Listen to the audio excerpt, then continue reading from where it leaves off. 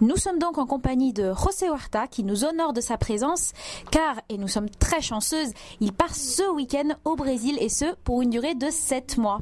Alors tout d'abord, Monsieur Huerta, pouvez-vous nous parler un peu de vous ? Oui, donc en fait je suis réalisateur de films documentaires, je travaille pour la télévision, mais je travaille aussi pour les associations de solidarité internationale, les types ONG, donc sur des projets d'éducation au développement, ce qu'on appelle l'éducation au développement, c'est-à-dire des projets sociaux à travers le monde. Mais je réalise aussi des films personnels pour la télévision. Et le film vous présenter, dont je vais vous parler, a été réalisé pour la télévision. Alors, Monsieur Huerta, nous savons que vous avez fait plusieurs documentaires sur le thème du Brésil, justement, et nous voudrions savoir quel est votre lien avec le Brésil et pourquoi ce thème revient assez souvent. Alors, mon lien avec le Brésil remonte en 1987. Figurez-vous que j'avais fait des études en cinéma et j'avais aussi fait des études en parallèle, des études sociales comme animateur socioculturel. Et à la fin de mes études, j'avais envie de partir un an, de participer à un projet social quelque part dans le monde. Et je voulais être bénévole, etc. Et je voulais m'impliquer sur le long terme, donc sur un an. Et donc là, une association m'a proposé d'aller travailler dans un bidonville dans le nord-est du Brésil, dans une grande ville qui s'appelle Fortaleza, pour y coordonner un projet social. Et donc je suis resté un an. Et pour moi, ça a été fondamental en fait cette année parce que d'une part, j'ai découvert un pays, d'autre part, j'ai découvert une réalité sociale profonde, importante.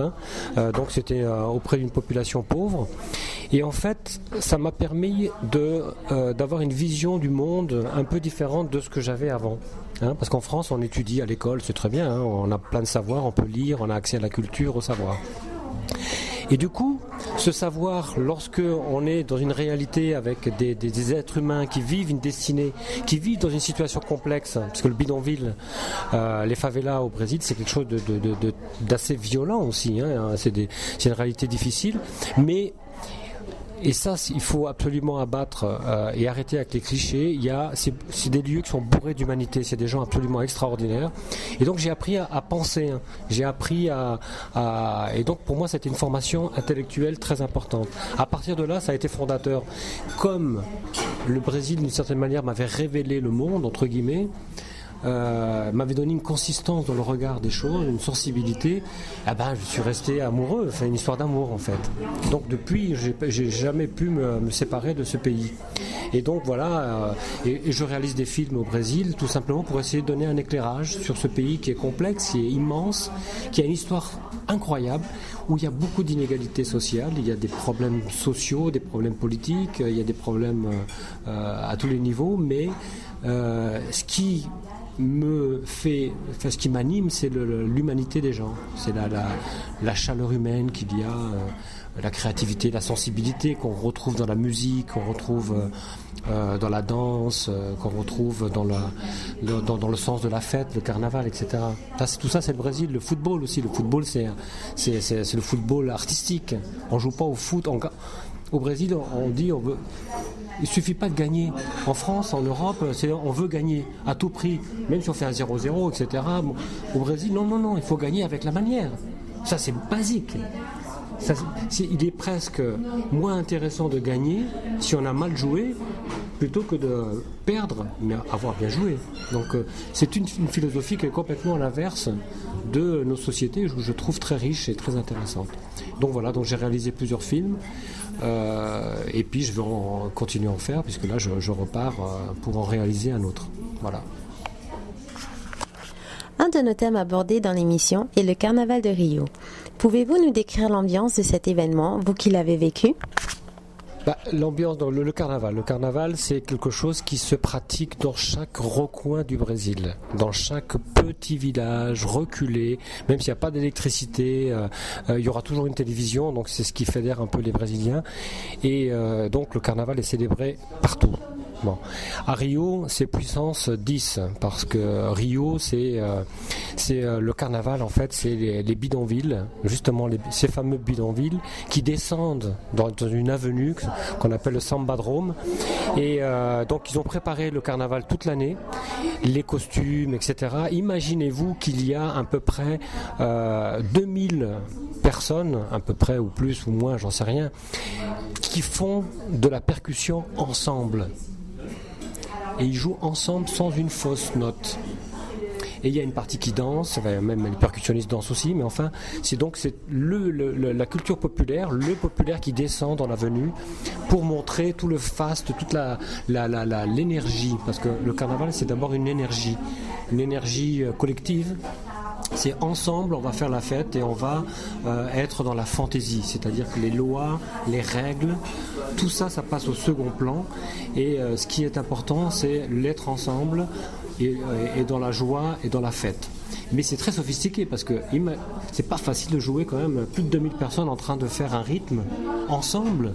Et il faut voir passer une école de samba qui défile devant soi pour se rendre compte la puissance que ça peut provoquer. Moi je l'ai vécu une fois et j'ai cru que j'allais tomber, que c'était le vaudou qui me tombait sur la tête. Parce qu'à un moment donné, la musique, la percussion rentre dans le corps et voilà. Et donc voilà, c'est la fin, pendant une semaine, c'est un feu d'artifice humain, de couleurs, de déguisements, de joie de vivre, c'est indescriptible, c'est vraiment quelque chose de très puissant et unique dans le monde. Alors, il y a 2 événements majeurs qui se profilent au Brésil et qui sont la Coupe du Monde de football et les Jeux Olympiques, comme nous le savons. Ma question est simple, mais le Brésil a-t-il les moyens d'accueillir ces 2 événements et de manière si rapprochée dans le calendrier ? Bon, là on touche quelque chose d'assez délicat parce qu'effectivement il y a 2 événements majeurs qui vont être organisés en l'espace de 2 ans, pratiquement. Par rapport à la Coupe du Monde, on voit bien qu'il y a des stades qui ne sont pas encore achevés, alors que la FIFA s'inquiète. Donc le Brésil n'est pas un pays où l'efficacité quand même c'est sa première qualité. En tout cas au niveau des infrastructures, au niveau politique, etc. On voit bien que c'est un système qui est pas, comme je le disais tout à l'heure, on n'est pas à maturité encore d'un point de vue institutionnel. Donc il y a plein de problèmes liés à ces 2 événements.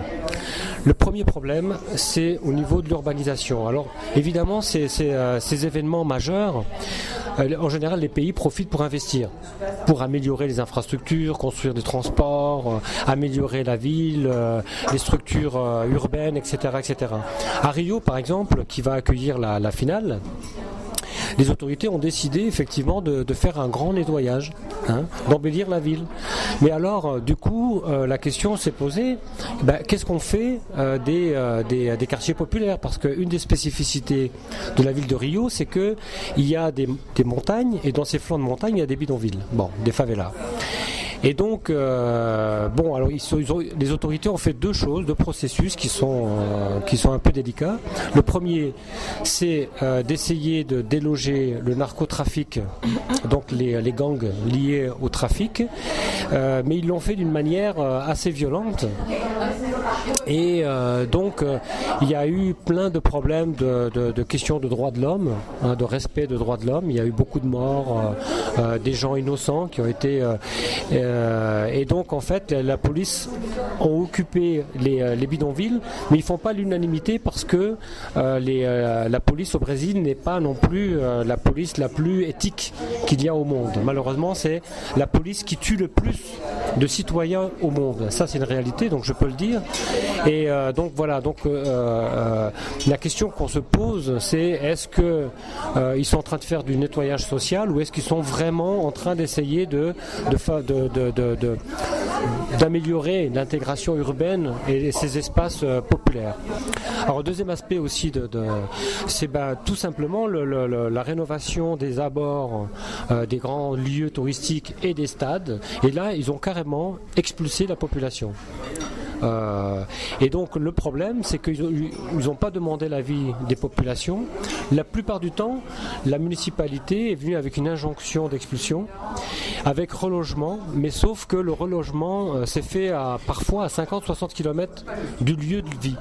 Donc c'est des gens qui travaillaient au centre-ville et là ils se retrouvent avec des temps de trajet parfois qui peuvent aller jusqu'à 2-3 heures, multipliés par 2 parfois. Donc il n'y a pas eu de concertation, donc c'est un peu vraiment, ça s'est fait d'une façon assez autoritaire et assez violente.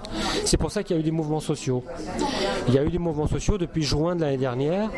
Et en fait, la principale revendication, c'est respect. Arrêtons avec la corruption, parce qu'en fait, il y a beaucoup d'argent qui arrive avec la FIFA, avec ces événements sportifs, et il y a beaucoup de détournement d'argent à ce niveau-là. Et une amélioration aussi des conditions de vie. C'est des choses qu'on retrouve maintenant ailleurs. Je pense ici en Thaïlande, par exemple, ou dans d'autres pays où les gens, les classes moyennes notamment, veulent des vrais services publics, des vrais transports, qui soient pas... parce que le coût de la vie a augmenté. Du coup, à Rio, il est impossible de se loger, de se transporter, de se nourrir. Vraiment, il y a une inflation galopante parce que ça n'a pas été coordonné, ça n'a pas été contrôlé, ça n'a pas été accompagné. Et donc, du coup, ça rend la vie insupportable des habitants, alors qu'on essaie de préparer donc la venue de millions de touristes. Donc on privilégie on va dire un espace qui est le tourisme, et puis on se préoccupe pas tellement finalement de la vie des gens sur place. Et ça, c'est dommage, parce qu'effectivement ça aurait été complet s'il y avait une vraie réflexion autour de ces événements et d'amélioration, que ça soit équilibré. Mais c'est pas le cas. C'est pour ça qu'il y a des manifestations, et il y en aura encore, je pense, avant la Coupe du Monde. Et d'ailleurs, je pars au Brésil pour accompagner ces mouvements sociaux. Ça va être le thème de mon prochain film. Beaucoup de Français n'ont toujours pas visité le Brésil. Pourriez-vous leur conseiller un petit itinéraire? Alors, un itinéraire pour le Brésil. Alors déjà, ce que je conseille, c'est de prendre un pass aérien qui n'est pas si cher que ça et qui permet de faire des escales sur tout le Brésil, parce qu'il ne faut pas oublier que le Brésil, il y a une dimension continentale, donc c'est très grand. Et donc, ce qu'il faut visiter, je pense qu'il faut visiter le sud, évidemment. Donc il y a Rio. Rio, c'est un lieu unique, c'est une des plus belles villes du monde, ça c'est clair. Il y a beaucoup de choses à visiter à Rio. Il y a des lieux touristiques, il y a la plage, évidemment, et tout près de Rio aussi, il y a des sites très jolis, il y a des îles notamment, qui sont très bien contrôlées par les autorités pour éviter le tourisme de masse, justement, où on peut s'y rendre et passer un moment où à la fois on a la beauté de la plage et la beauté aussi de la nature. Ensuite, je conseille d'aller au nord-est. Le nord-est, c'est un peu plus haut, où le nord-est, c'est vraiment la culture, la colonisation du Brésil a commencé par le nord-est. Donc c'est une région semi-aride, il fait toujours beau. L'hiver ou l'été, il fait toujours beau. Et là, c'est là qu'on retrouve la culture brésilienne, le ventre. La culture brésilienne se trouve dans le nord-est. Donc il y a Bahia, notamment, c'est la capitale de l'état de Bahia, donc c'est Salvador, où la population est majoritairement de couleur noire, parce que en fait, elle était habitée par les Africains, les esclaves qui sont arrivés au Brésil. Donc il y a une empreinte, c'est là qu'on retrouve le vaudou, les racines africaines. Donc c'est très important aussi pour comprendre le Brésil, aller à Salvador. Et après, j'irai en Amazonie, évidemment. L'Amazonie, il ne faut pas en avoir peur.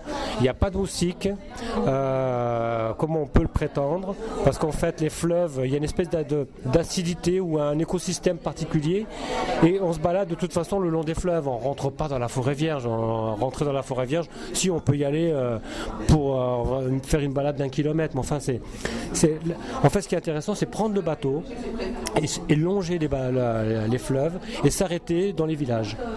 Et là, on va découvrir un monde qui est avec une mythologie qui est plutôt indienne, parce que quand même l'Amazonie, c'est les Indiens, les natifs, et les gens qui ont peuplé ensuite, parce que ça s'est mélangé, les Indiens, et après il y a les Brésiliens, les Portugais, etc., les Noirs aussi, la culture africaine, et donc ça donne un mélange, et ils ont tous intégré la mythologie indienne. Donc ils font des cérémonies, ils font des fêtes avec des oiseaux, avec des choses qui sont liées à l'imaginaire de la forêt, les légendes, etc. Et c'est un peuple très accueillant, l'Amazonie. Bon, alors on parle beaucoup de l'exploitation forestière, la déforestation. C'est vrai que ça existe, mais bon, c'est tellement énorme. Donc, de toute façon, c'est pas sûr qu'on risque de croiser des contrebandiers, etc., à tous les coins de rue. Donc, non, en fait, l'Amazonie, c'est vraiment des populations qui sont installées. Ce sont des agriculteurs, des petits éleveurs. Et donc, avec tout ce que j'ai dit, avec cette culture plutôt indienne en dominance.